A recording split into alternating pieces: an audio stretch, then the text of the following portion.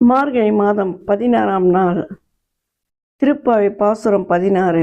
நாயகனே அனுமதிப்பாயா, நாயகனே நின்ற நந்தகோபாலனுடைய கோவில் காப்பானே, கொடி தோன்றும் தோரண வாயில் காப்பானே, மணிக்கதவும் தாழ் திறவாயோ, ஆயர் சிறுமி ரோமுக்கு அரைவரை மாயன் மணிவண்ணன் நெல்லை வாய்நோந்து தூயமாய் வந்து துயிலெடுப்ப பாடுவான், வாயிலால் முன்னும் முன்னும் மாற்றாதே அம்மா, நீ நெய் நிலைக்கதவும் நிக்கலே நம்பவாய். அழகான விளக்கம். இந்த பாசுரத்தில் ஆண்டாள் நந்தகோபாலனின் அரண்மனை வாயில் காவலரை நோக்கி பணிவுடன் ஆனால் உறுதியுடன் வேண்டுகிறாள். பக்தியின் உச்சமான நிலையும் வைணவ சரணாகதி தத்துவமும் இங்கு தெளிவாக வெளிப்படுகிறது.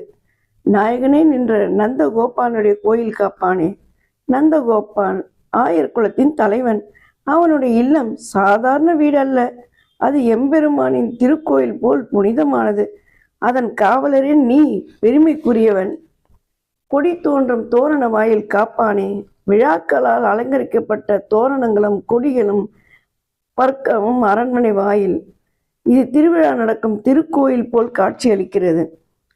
மணிக்கதவும் தாழ் திறவாயோ, மணி ஒலிக்கும் கதவு. அந்த கதவு திறப்பதே பெருமாள் தரிசனத்திற்காக முதல் படி. ஆயர் சிறுமி ரோமருக்கு நாங்களும் சாதாரண பெண்கள் அல்ல, பக்தியால் தூய்மை அடைந்து ஆயர் சிறுமிகள். அரைபறை மாயன் மணிவண்ணன் நெல்லை வாய்நோந்த மணிவண்ணா, மாயங்களில் வல்லவன், நீலமணி நிற்கும் கொண்டவன், நேற்று எங்களுக்கு பாறை இறைவன் அருள் தருவதாக வாக்குறுதி அளித்தான். தூயமாய் வந்தோம், உடலும் மனதும் எண்ணத்தாலும் தூய்மையுடன் வந்தோம். அவனை எழுப்பி பாடலால் செவிக்க வந்தோம், வாயிலால் முன்னும் முன்னும் மாற்றாதே அம்மா. காவலரே, இப்ப இல்லை, பின்னால் வா என்று சொல்லி எங்களை தடுக்காதே. நீ நெய் நினைக்கதும் நிக்கலோர் எம்பாவாய். அன்பு கொண்ட காவலரே, உன் கடமையை நிறைவேற்று. கதவை திறந்து எங்களை பெருமாளிடம் சேர்த்து விடு.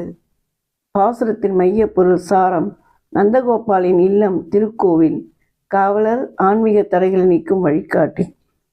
ஓம் நமோ நாராயணா.